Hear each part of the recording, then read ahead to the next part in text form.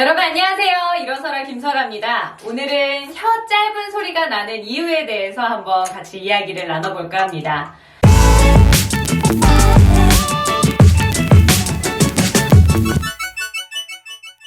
여러분은 어떤 발음에서 주로 혀가 짧은 소리가 나시나요? 혀가 짧은 소리가 나는 그 발음들을 제가 가만히 생각을 해봤는데 지읒 발음, 리을 발음, 그리고 시옷 발음이 잘 안 될 때 엄마 귀엽다. 제가 귀엽대요.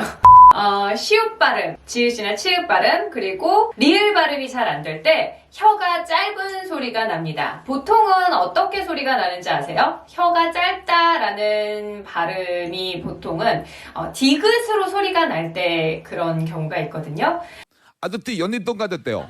그렇다면 내가 왜 시옷 발음을 해야 되는데 디귿으로 나는지, 리을 발음을 해야 되는데 왜 디귿으로 나는지, 지읒이나 치읒 발음이 왜 디귿 발음으로 나타나는지 그 원인을 안다면 혀 짧은 소리를 혀 긴 소리로 좀 바꿀 수 있지 않을까 싶습니다. 자, 디귿 발음의 특징을 먼저 아셔야 돼요. 파열음입니다. 치경 파열음으로 생각하시면 되겠는데요. 다 해보세요. 다. 자, 혀 짧은 소리가 난다는 것은 디귿 발음은 잘 되고 있다는 얘기겠죠? 발음이 안 좋은 이유에 대해서 제가 그 전에 영상에서도 설명을 드렸는데 우선은 공기가 폐에서부터 올라옵니다. 성대에서 공기를 밀어서 혀 앞까지 도착을 해요. 그리고 그 혀 앞에 집중이 안 되죠. 다시 설명드릴게요.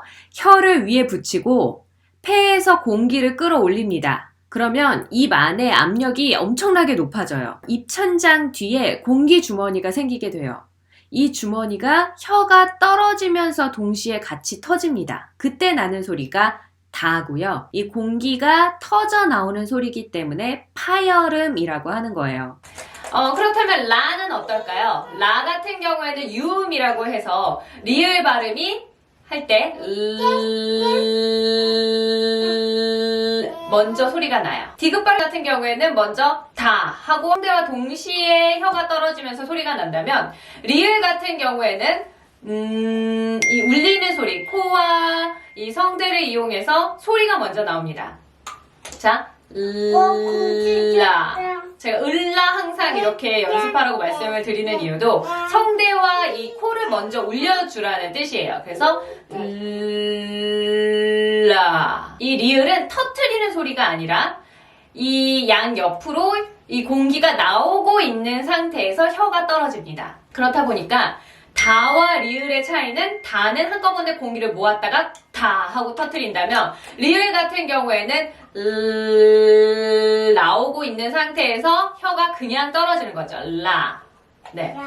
그렇다면 시옷 같은 경우에는 어떨까요? 디귿과 다르게 가운데로 공기가 나오고 있습니다. 제가 항상 강조하죠? 맞아. 공기가 나오고 있는 상태에서 사, 혀가 떨어지는 겁니다. 여기서 차이점이 있다면 이 시옷 발음 같은 경우에는 디귿이나 리을처럼 혀가 위로 올라가는 것이 아니라 혀 끝이 아래로 내려간 상태에서 혀 등이 위로 올라가 있습니다. 혀 등이 위로 올라가고 가운데로 공기가 나오죠. 가운데로 공기가 먼저 나오고 사 이렇게 소리가 나는 거죠. 그렇다면 지읒과 치읒은 어떻게 다른지 또 말씀을 드릴게요. 지읒은 제가 뭐라고 말씀을 드렸죠? 파, 차름. 파차름은 뭐라고요? 파열음 다음에 마찰이 있는 소리가 파차름입니다. 그렇다면 파열음인 디귿과 가장 많이 혼돈이 올 수 있겠죠. 정선아. 다와 자. 이 차이가 뭘까요? 네, 시옷과 약간 비슷해요. 이 위치가 혀가 아래로 내려갑니다. 그리고 공기를 가두는 점. 디귿 같은 경우에는 혀 끝이 위로 올라가서 그 혀 끝과 그 사이에 혀 등 사이에 공기를 가둔다면 지읒 같은 경우에는 혀를 아래로 내린 상태에서 혀 위에 혀 등으로 입천장을 막고 그 뒤에서 공기를 가둡니다. 그래서 공기를 가뒀다가 떨어뜨리면서 마찰이 일어나겠죠? 자, 라, 다까지는 다 혀 끝이 위로 올라가지만 사, 자는 혀가 아래로 내려간 상태에서 혀 등으로 입천장과 마찰을 일으키는 거고, 지읒과 치읒은 그 입천장을 닿게 했던 그 중간 혀 등이 떨어지면서 마찰을 일으켜서 떨어지는 소리. 그 소리가 바로 시옷과 지읒입니다. 사, 자, 라, 다.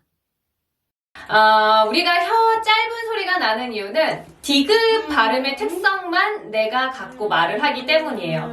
예를 들어서 나는 파열음을 먼저 하게 되는 거죠. 그리고 혀 끝이 위로 올라갈 확률이 높습니다.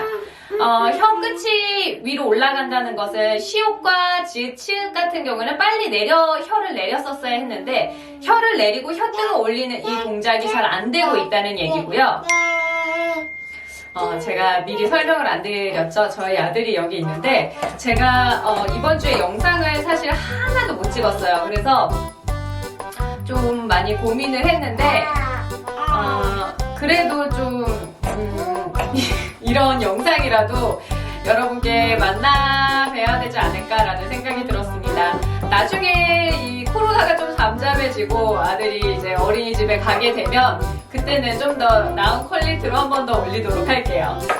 어쨌거나 이 영상을 통해서 꼭 내가 혀가 짧은데 왜 발음이 안 되는지 잘 모르셨던 분들께 좀 도움이 됐으면 하고요.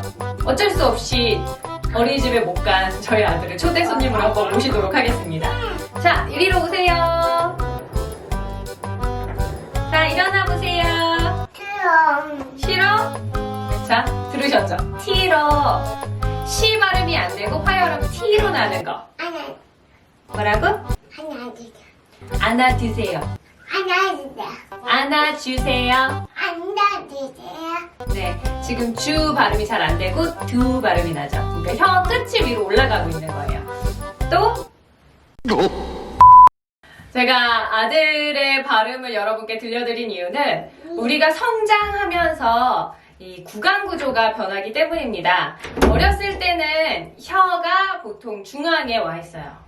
그러면 내가 지금 혀 짧은 소리가 나는 이유는 내가 구강 구조가 남들보다 덜 발달했기 때문일까? 라는 고민을 하실 수도 있겠지만 그렇다기보다는 내가 성장하는 과정에서 좀 더 발음적인 측면에서도 발달을 했었어야 했는데 어떤 구강 구조는 발달을 했지만 혀를 많이 앞뒤로 움직인다거나 아니면 올렸다가 내렸다가 가운데를 들었다가 끝에를 올리고 이런 동작 자체를 유심히 듣지 않아서 혹은 내가 하지 않아서 그 발음들이 정확하게 나오지 않는 것이죠.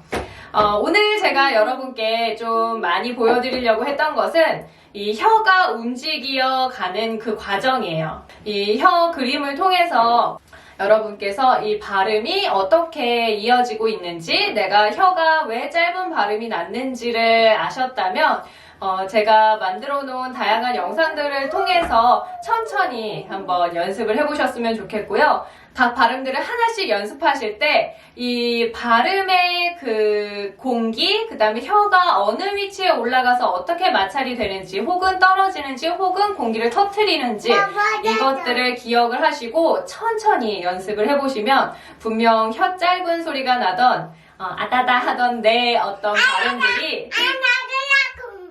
네, 안아두세요가 아니라 안아주세요가 되는 그 날이 올 거라고 저는 생각합니다.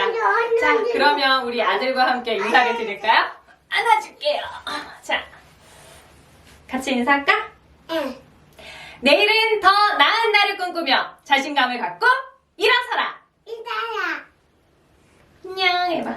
안녕.